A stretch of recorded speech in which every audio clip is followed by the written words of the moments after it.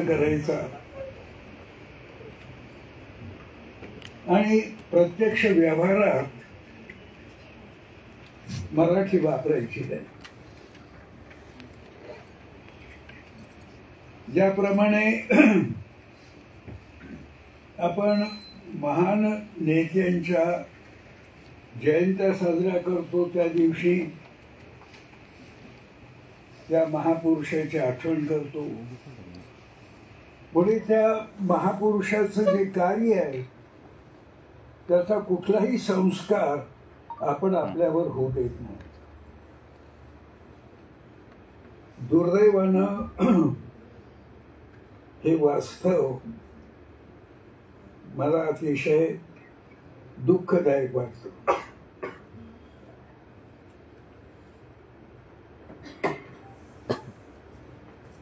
मराठी भाषा ही एक अतिशय संपन्न अशी भाषा आहे. याचं कारण असं की महाराष्ट्रातले सर्व व्यवहार अगदी 1945 पर्यंत मराठीमधून होत होते. मी एक उदाहरण देतो. हिंदी सिनेमे 1940 पासून 42-43 पर्यंत जे प्रसिद्ध होत त्याच्या मराठी आवृत्त्या महाराष्ट्रात दाखवलेल्या. मी लहानपणी 10 वाजता नावाचा सिनेमा, जो मुळात 10 बजे या नावानं प्रसिद्ध झालेला होता, तो पाहिला. त्यामुळे मराठी ही जीवनातल्या सर्व क्षेत्रामध्ये वापरली जात होती. शहरामध्ये बाजारपेठेत मराठी वापरली जाईल, घरात मराठी, शाळेत पश्चिम महाराष्ट्रात इंग्रजी माध्यम असे, आमच्या मराठवाड्यात उर्दू माध्यम असे. मी मॅट्रिक पर्यंत उर्दू माध्यमातून शिकलेलो आहे. पण माध्यम कुठलंही असो, मराठी भाषा वापरणं हे मात्र कटाक्षाने केलं जात असे. 19व्या शतक जर आपण पाहिलं तर विद्यापीठ सगळीकडे इंग्रजी माध्यम होतं. लोकमान्य बाळ गंगाधर टिळक, गोखले, रानडे हे सगळे इंग्रजी माध्यमातून शिकले. पण या सगळ्यांनी मराठी भाषा संपन्न करण्याचं कार्य केलं. महात्मा गांधींच्या बद्दलची एक आठवण. महात्माजी राष्ट्राला एक भाषा असावी असं म्हणत, आणि त्यांना जी उर्दू संस्कृत मिश्रित अशी खडी बोली आहे ती राष्ट्रभाषा व्हावी असं वाटत असे. पण तरी प्रांतिक भाषा या कायम राहिल्या पाहिजे, त्यांचा वापर झाला पाहिजे असं त्याला वाटे. नामदार गोखले जेव्हा त्यांना भेटायला साऊथ आफ्रिकेत गेले तेव्हा तिथल्या भारतीयांच्या समोर नामदार गोखल्यांचं भाषण त्यांनी ठेवलं, गांधीजींनी ठेवलं. नामदार गोखल्यांना हिंदी येत नव्हतं. ते म्हणाले, मी इंग्रजीतून बोलतो. समोरच्या जे श्रोते होते त्यांना इंग्रजी येत नव्हतं. तेव्हा ते गांधीजींना म्हणाले, तुम्ही त्यांना हिंदीतून मी काय बोलतो ते सांगा. गांधीजी म्हणाले, तुमची भाषा मराठी आहे, तुम्ही मराठीतून बोला आणि तुमच्या मराठी भाषणाचं हिंदीमध्ये मी या श्रोत्यांना रूपांतर करून सांगेन. गांधीजींना मराठी कळत असे, बोलण्याची सवय नव्हती आणि तो कार्यक्रम नामदार गोखले मराठीतून बोलले आणि गांधीजींनी त्याचं हिंदीकरण केलं. तेव्हा या सगळ्या भाषा या देशामध्ये टिकल्या पाहिजेत, ही विविधता कायम राहिली पाहिजे, अशी या देशातल्या एका महान नेत्याची भूमिका होती. दुर्दैव असं झालं की आपल्याकडे नव्यानं इंग्रजी माध्यमाच्या शाळा सुरू झाल्या आणि का कोणास ठाऊक मराठीचा व्यवहार हा संकुचित होत गेला. इंग्रजी माध्यमात शिकणारे मराठी वाचेनासे झाले, मराठी बोलणेनासे झाले. 4 तरुण मित्र एकत्र जमले तर ते एकतर हिंदीत बोलतात किंवा इंग्रजीमध्ये बोलतात, मराठीमध्ये शक्यतो बोलत नाही. अशी एक परिस्थिती आज निर्माण झालेली आहे. हा मुद्दा मी अनेक वेळा सांगितला की मातृभाषा हीच खरी ज्ञानभाषा असते, कारण आपले विचार आपण केवळ आपल्या मातृभाषेतच करतो. इंग्रजी माध्यमातून शिकणारी मुलं सुद्धा मनात जेव्हा विचार करतात तेव्हा ते त्यांची मातृभाषाच वापरतात, ते मान्य करणार नाहीत. स्वप्न पाहतात तेव्हा स्वप्नात ते त्यांची मातृभाषाच वापरतात. मातृभाषा ही मी म्हणतो की ज्याप्रमाणे हात पाय आहेत तसा तो एक आपला अवयव आहे, एक मानसिक रोग आहे ज्यामध्ये भाषा विसरल्या जातात पण मातृभाषा विसरली जात नाही. म्हणजे तुम्ही इंग्रजी शिकलात, उर्दू शिकलात, हिंदी शिकलात, तुमची मूळ भाषा मराठी आहे. तो आजार झाला तर सगळ्या भाषा विसरता, मातृभाषा नाही विसरत. इतकी ती तुमच्या जीवनाचा भाग बनलेली असते, पण याचं भान दुर्दैवानं आपल्याला आता राहिलेलं नाही. आणि म्हणून मी असं म्हणतो की ज्या क्षणी मराठी माणसाची सांस्कृतिक अस्मिता जागृत होईल त्या क्षणी पुन्हा मराठीला खरी दिवस येईल. मी मराठी माणूस आहे, माझी ही भाषा आहे, मी या भाषेत मला अभिव्यक्त करू शकतो, तेव्हा मी या भाषेत बोलणार, या भाषेत मी व्यवहार करणार. माझ्या संस्कृतीचं जतन या भाषेत झालेलं आहे, कारण भाषा ही नुसती बोलण्याची गोष्ट नाही, तुमची सगळी संस्कृती त्या भाषेमध्ये जतन केली जाते.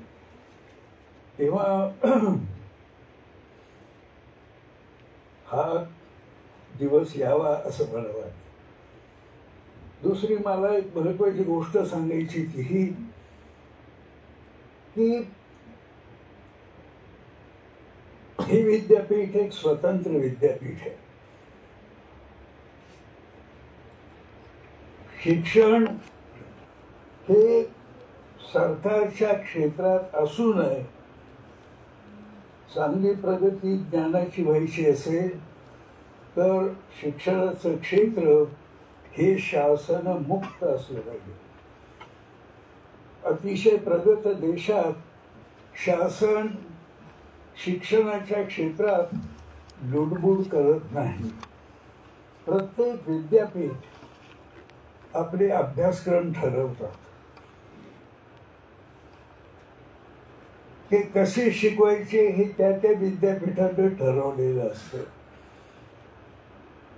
त्यामुळे त्या विद्यापीठामध्ये ज्ञानाच्या अध्यापनाच्या क्षेत्रात एक प्रयोगशीलता आपल्याला दिसते. काहीतरी नवं करायचं, शिक्षणात प्रयोग करायचे आणि शिक्षणाचा दर्जा वाढवत न्यायचा, असा पाश्चात्य जगात आहे. आपल्याकडे सगळं सरकारीकरण आहे. विद्यापीठामध्ये युनिव्हर्सिटी ग्रँट्स कमिशन जे ठरवेल ते शेवटी आपल्याला करावं लागतं. अभ्यासक्रम ठरवताना फारसं स्वातंत्र्य आपल्याला असत नाही. आता या ठिकाणी ही विद्यापीठ आहे, त्यांना स्वतः या विद्यापीठामध्ये काहीतरी नवं करण्याची इच्छा असणार. मी असं म्हणेन की इथे जे मराठी विभाग आहे त्यानं मराठी अभ्यासक्रमामध्ये नवे उपक्रम सुरू केले पाहिजे. मराठवाडा विद्यापीठ म्हणजे डॉक्टर बाबासाहेब आंबेडकर विद्यापीठामध्ये ज्या प्रकारचा अभ्यासक्रम आहे त्यापेक्षा काहीतरी वेगळं असं आपण केलं पाहिजे. उदाहरणार्थ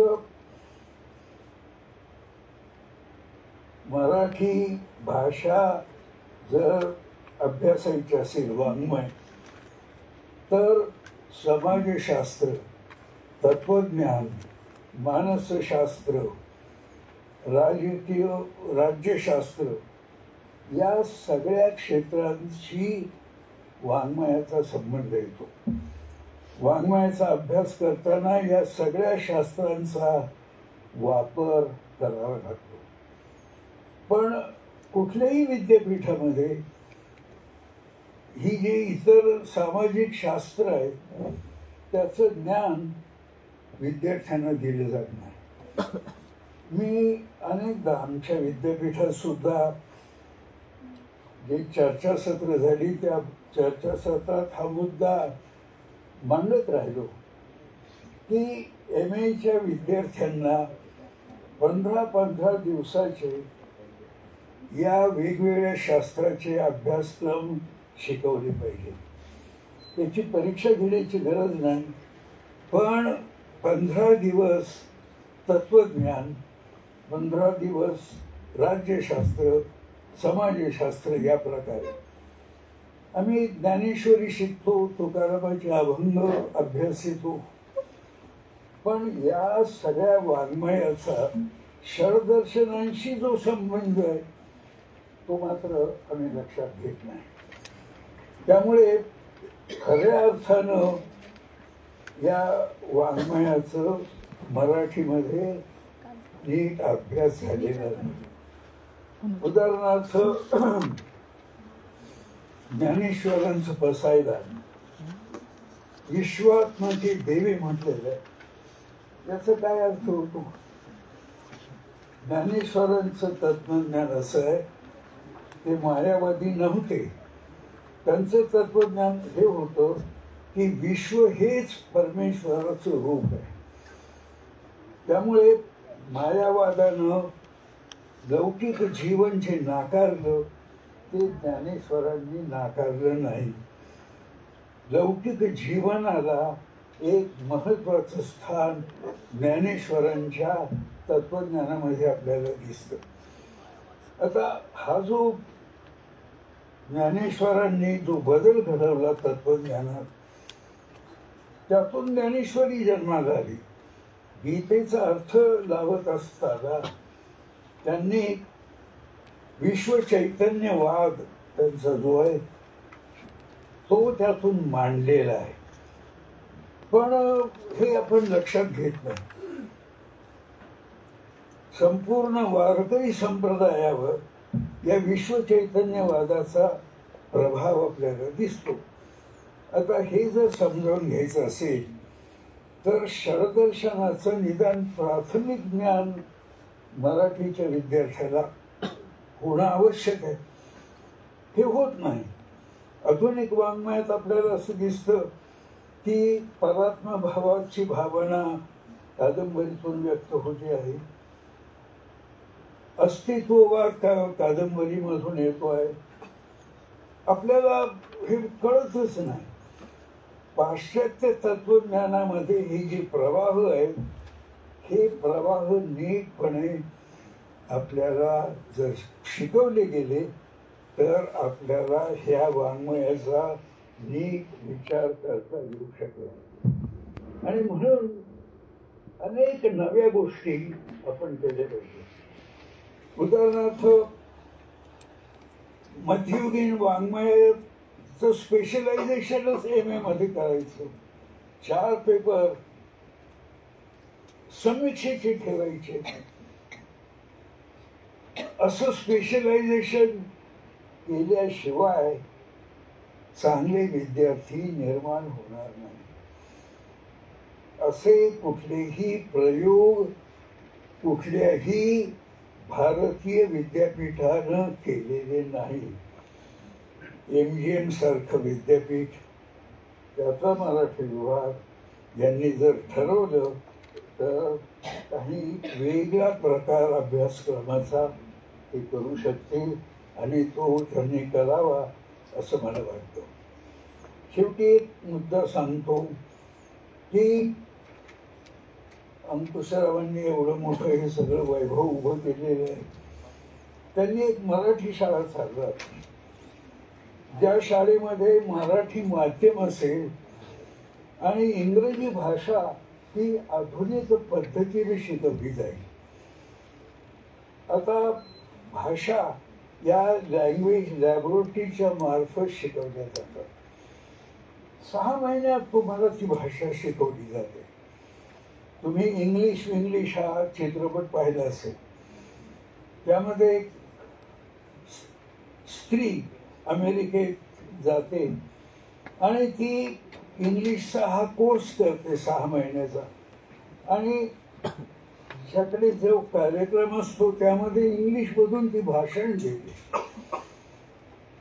आपले विद्यार्थी जर्मनीत PhD वगैरे करायला जातात, डॉक्टरकीचं शिक्षण घ्यायला जातात, अगदी चीनमध्ये जातात. तिथल्या भाषा 6 महिने शिकवल्या जातात या आधुनिक पद्धतीने. आपल्याकडे इंग्रजी जे शिकवलं जातं ते अगदी बालवर्गापासून ते BA पर्यंत, तरीही नीट इंग्लिश आपल्याला येत नाही. तेव्हा या आधुनिक पद्धती ज्या आहेत, ज्या वस्तुतः आपण तात्काळ स्वीकारायला हव्या होत्या, त्या स्वीकारल्या गेल्या पाहिजेत. हे मी सांगतो हे खर्चिक आहे. लँग्वेज लॅबोरेटरी उभं करणं ही सोपी गोष्ट नाही आणि त्यासाठी तज्ज्ञ शिकवणारे निर्माण करणं, परंतु ही माझ्या दृष्टीनं एक आवश्यक अशी गोष्ट आहे जी भारतातल्या सगळ्या शाळांनी स्वीकारली पाहिजे. तरच आपण आपल्या देशातल्या भाषा टिकवू शकू. आपलं शिक्षण आपल्या मातृभाषेतून आपल्याला मिळू शकेल आणि त्यासाठी या नव्या पद्धती आत्मसात करण्याची मला आवश्यकता वाटते. मी इतर काही समीक्षेवर वगैरे बोललो ना. एक मला अतिशय आनंद आहे की इथे स्वतंत्र विद्यापीठ चाललंय. मराठी विभाग त्यामध्ये आहे आणि इथे काही नवं घडू शकेल आणि या दृष्टीनं मी माझ्या या अपेक्षा आपल्यासमोर ठेवल्या. आपण माझा सत्कार केला. मला आपल्याशी बोलायची संधी प्राप्त करून दिली त्याबद्दल मी या विद्यापीठाचे आणि या संस्थेचे आभार मानतो आणि माझं हे भाषण संपवतो.